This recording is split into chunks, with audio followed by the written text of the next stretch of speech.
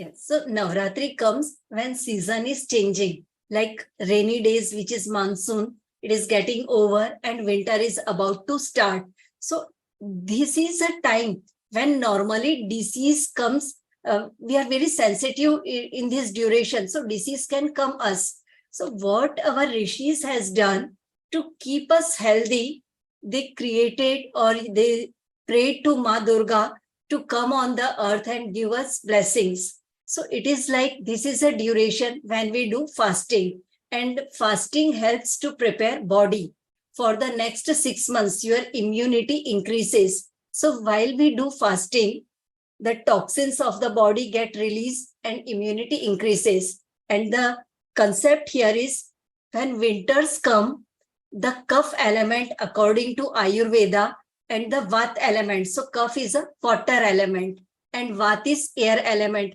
These two elements get increased, but before they come, if we had done the fasting or we had just kept at least one time fasting, the toxins will easily released and your body will become more strong to adapt the seasonal change. The second thing is during Navratri, we do bhajans, dandiya, or some kind of social networking in a very spiritual way. And this helps us to feel happy. And when we are happy, dopamine increases and it helps in concentration. And in some duration, students have to face the exams. So to increase the concentration, again, Ma Durga is helping.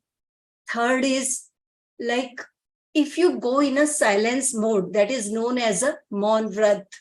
So in this duration, 9 days, it is said, keep silence as much as it is possible. Because when you go in the silence mode, you go inner side of yours and you are able to do analysis where you are doing wrong. And if still you are not able to do analysis, silence in itself is a best remedy of Saturn. And Saturn is a significator of karma, that is the actions and career. So silence helps to overcome the issues of the life. These are the do's, and the don'ts during the Navratri is a very spiritual energies period. It is a sattvic period. So during sattvic period, avoid cutting nails and hair. The reason is the event cutting the hair and nail is considered as a tamasic activity, which is known as a dark energy. So avoid this. Also, astrologically, the sharp objects for cutting the nails or hair, they comes under Mars. And when you go for this activity, you activate your Mars, and which is against the calm and spiritual energy of Jupiter. So avoid cutting the nails and hair.